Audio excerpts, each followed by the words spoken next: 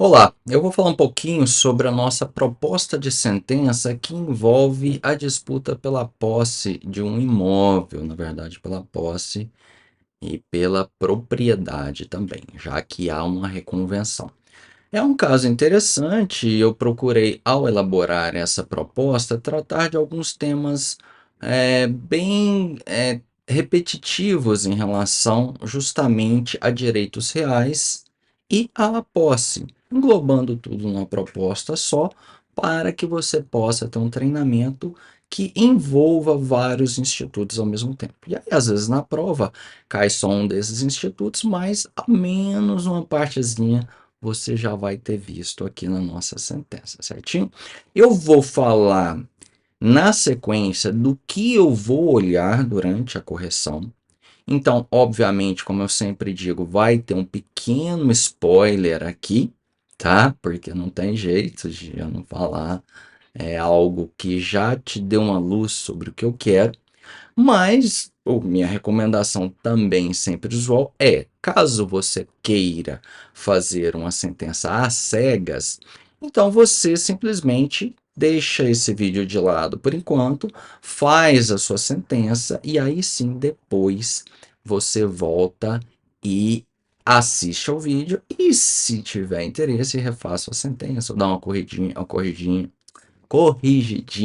aqui ou ali. Se você fizer no editor de texto dos tutores, isso é mais fácil. Mas como tem gente que gosta de fazer manuscrito, que a gente aceita também, não tem problema, só que aí fica mais difícil um pouquinho de você alterar depois. Bom, eu estou com o computador aberto aqui, com a minha colinha.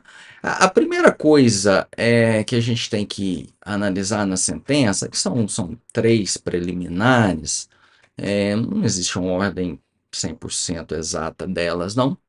Eu vou falar na ordem que eu coloquei no meu gabarito de correção.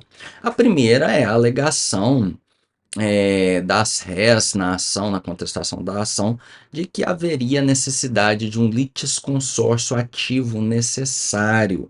Por quê? Porque a autora é dona só de metade do imóvel. A outra metade é do irmão que não faz parte do polo ativo.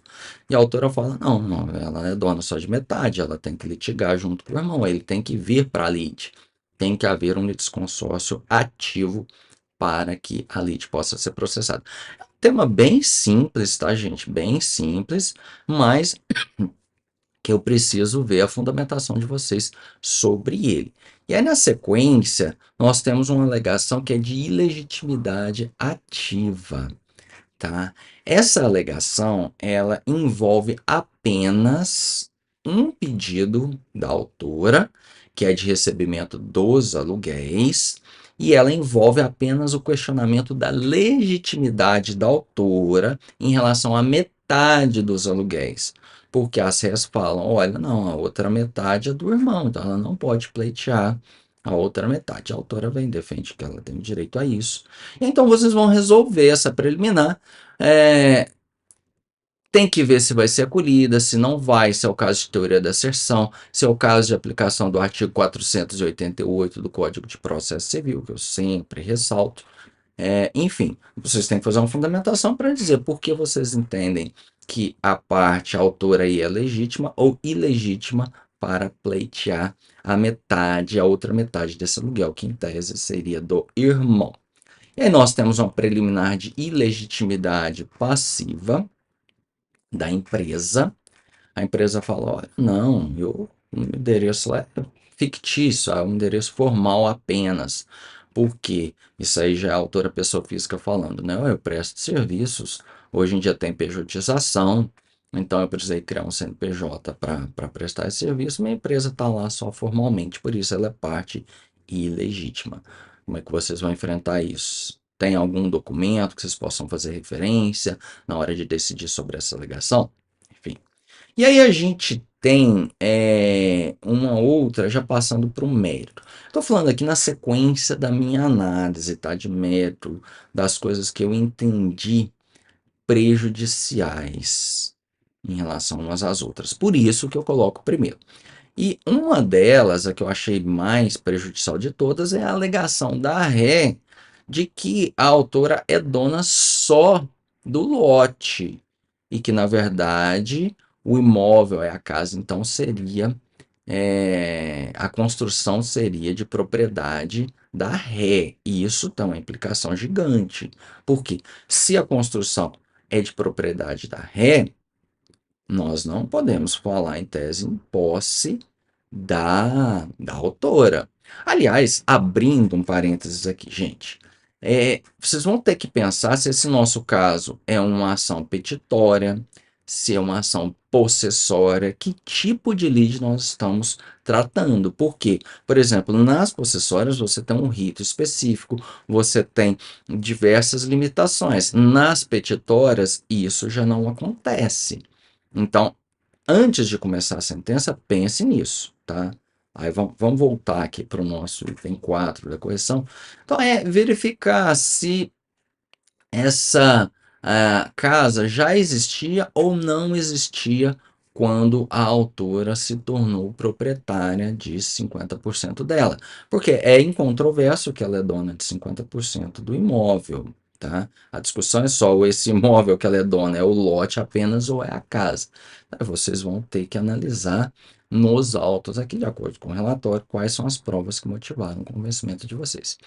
E aí, se superada essa parte, ou mesmo se não superada, né? Porque a ré pode ser dona sim, de metade da casa, mas a outra metade, em tese, você teria, seria do pai da autora, então ela poderia ter direito hereditário a essa metade. Então a gente precisa, de qualquer forma, discutir as outras teses, caso você acolha o argumento da ré de que ela é dona da construção.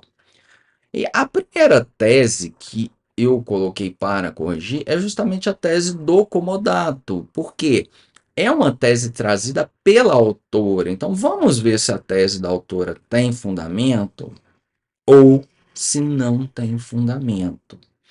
O comodato, vocês vão analisar no Código Civil o que é ele, tá? O que é o comodato. A autora alega que ela e o seu pai, mas o irmão, firmaram um contrato verbal de comodato a título gratuito. A ré fala que não há prova disso. A ré fala que não existe comodato verbal e ela fala que não existe comodato gratuito. Então, tudo isso tem que ser analisado e eu vou corrigir neste item. E aí, nós, superada a tese do comodato, mesmo sendo acolhida ou sendo rejeitada, você tem que analisar as demais teses. Por quê? A ré alega, olha, eu tenho direito ao reconhecimento da prescrição aquisitiva, ao uso capião. E você vai analisar se comprovado o comodato, é possível deferir ao uso capião? Agora, se não comprovado o comodato, estão presentes os requisitos do uso capião? Na verdade, assim, o pedido de uso capião mesmo, da declaração de uso capião, foi feito em sede de reconvenção. Mas ele também foi utilizado como tese defensiva na ação. Então, a gente precisa ver, inclusive, o preenchimento desses requisitos aqui. Aí tem outra tese, que é do usufruto, já é uma tese subsidiária. A ré fala, olha, na verdade, o que havia entre o pai da autora e ela era um usufruto, e esse usufruto, ele, com o falecimento do Silas, eu passo a ter direito a ele, como ex-esposa dele. Isso aí você só vai analisar, obviamente, se você não reconhecer o direito dela ao usucapião. Mas se você não reconhecer, e mesmo que você tenha reconhecido a existência de um comodato, você precisa dizer por que, então, no seu caso, você entende que não cabe usufruto. E o mesmo caso é do direito real de habitação, que é o item 8 aqui da minha correção, tá? Pelo menos no gabarito preliminar que eu fiz, tá bom? E aí nós temos, então, depois no item 9, superadas as discussões de todas as teses, você vai analisar o pedido da autora de direito à posse do imóvel. Tá? É uma emissão na posse, é uma reintegração. Lógico que esse item da correção é apenas uma, é, uma síntese do que foi discutido na ação. É uma linha só, então por conta disso a autora tem direito à posse, por conta disso ela não tem direito à posse, mas você tem que dar uma solução para o pedido dela, ainda na fundamentação. E voltando um pouquinho aos itens anteriores, eu falei assim que nós temos a questão da usucapião, do usufruto, do direito real de habitação, e eu separei por itens da correção. Mas é óbvio que ao analisar a sentença, ao fundamentar a sua sentença, isso vai estar tudo misturado, tá? Porque você vai analisar, na verdade, qual era a situação jurídica do pai da autora e, consequentemente, da ré no imóvel. Era uma situação jurídica o quê? De comodato, era uma situação jurídica de usufruto, o que que era? Então isso vai ser todo em conjunto, mas para fins de correção é mais fácil que eu separe aqui até para vocês perceberem como eu pontuei cada tese a ser enfrentada. E aí nós passamos, superada a questão da posse, nós passamos para o direito ao aluguel. Então a autora alega que ela tem direito ao aluguel, a ré diz que ela não tem direito, porque isso pressupõe a existência de um contrato e não existe contrato. Obviamente, se vocês considerarem que a ré tem direito a viver no imóvel, seja por uso capião, por usufruto ou por direito real de habitação, você simplesmente na sentença vai falar do pedido de condenação da ré ao aluguel, mas apenas para dizer que ele resta prejudicado, já que uma vez que a autora não tem direito à posse do imóvel, ela não tem direito a aluguel, tá? Mas se esse não for o caso, vocês vão entrar na discussão se ela tem direito ou não. E se superada a discussão de, de direito ao aluguel, você vai entrar na discussão em relação ao valor. O que a autora pediu é o valor que vai ser estabelecido de aluguel, e desse valor ela tem direito ao 100% ou a 50%. E aí vem outra discussão interessante, que é o nosso item 14. 14 não, 12. Qual é o termo inicial do aluguel? Por quê? Aqui nós temos algumas discussões, nós temos, a autora falou que ela fez uma notificação verbal, isso está provado? Não está. Ela falou que fez uma notificação depois extrajudicial formal, aí vem a ré e fala, não, se tiver aluguel, é apenas a partir da sentença. Então, qual é o termo inicial e por que é o termo inicial que você escolheu? Nós temos um pedido de tutela na ação, obviamente só se a autora tiver deferido para si o pedido de posse do imóvel, vocês vão analisar o pedido de tutela. Na fundamentação ainda, tá? Eventual prazo para desocupação, se for deferida, ou multa pela não desocupação, isso pode deixar para a parte dispositiva. Mas falar da existência, da presença ou não dos requisitos para o deferimento da tutela, isso tem que estar na fundamentação. E aí nós partimos para a reconvenção, nós temos os pedidos de direitos reais da reconvinte sobre o imóvel. Então, na ação, ela faz uma defesa de por que ela entende que a autora não tem direito à posse do imóvel. E ela usa justamente os direitos reais que ela teria em relação a esse imóvel como tese defensiva, mas ela também usa essa mesma argumentação para a reconvenção. Nesse caso aqui, em muitas situações, os juízes vão analisar realmente a ação e reconvenção junto. Por quê? Porque a matéria está conjunta aqui. Mas, de toda forma, ainda que vocês analisem conjuntamente a ação e reconvenção, vocês precisam falar expressamente sobre o pedido da reconvinte na reconvenção. Ela tem direito ao usufruto, ao usucapião, ao usufruto, ao direito real de habitação? Tem ou não tem? Por quê? Mesmo que seja mera referência à fundamentação que vocês acabaram de elaborar. E aí vem uma discussão sobre indenização de benfeitorias.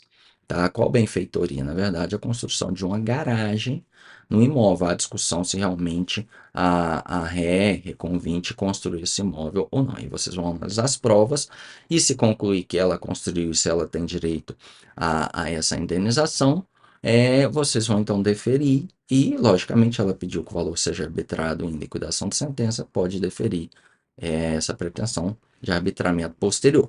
Mas, se vocês entenderem que ela não tem direito a essa indenização, para por aí. E na sequência nós temos a parte dispositiva da ação. Vocês vão falar do dispositivo da ação, vão falar de juros e correção monetária na ação, se vocês entenderem que o pedido de aluguel é procedente. Vocês têm a tutela antecipada na ação, se vocês deferiram, tá? E aí vocês vão ter que mencionar na parte dispositiva. Na fundamentação, você resolve o pedido. Na parte dispositiva, se foi deferido, você menciona o deferimento. Tem as despesas processuais na ação, os honorários de sucumbência na ação. E aí nós vamos para a reconvenção, você tem o dispositivo. Se você deferiu indenização de benfeitoria, tem juros de correção monetária. E tem as despesas processuais, honorários de sucumbência. Enfim, você chega aos comandos finais da sentença e ao encerramento dela, ao fechamento. Tá bom? Leia as instruções, lá está falando que é processo eletrônico, lá está dando um limite de caracteres digitados ou de folhas, lembrando que a gente faz sim um exercício de síntese, porque nós já tivemos prova de concurso, prova de sentença, se eu não me engano já teve até 90 linhas, 3 folhas só. Já teve prova com 4 folhas, tá? 120 linhas. E na média são de 6 a 8 folhas. Nesse nosso exercício eu coloquei para vocês qual é o limite. Eu peço que respeitem para não ter prejuízo na nota depois. E é isso. Eu estou à disposição, como sempre, para qualquer dúvida. Entre em contato comigo pelos canais.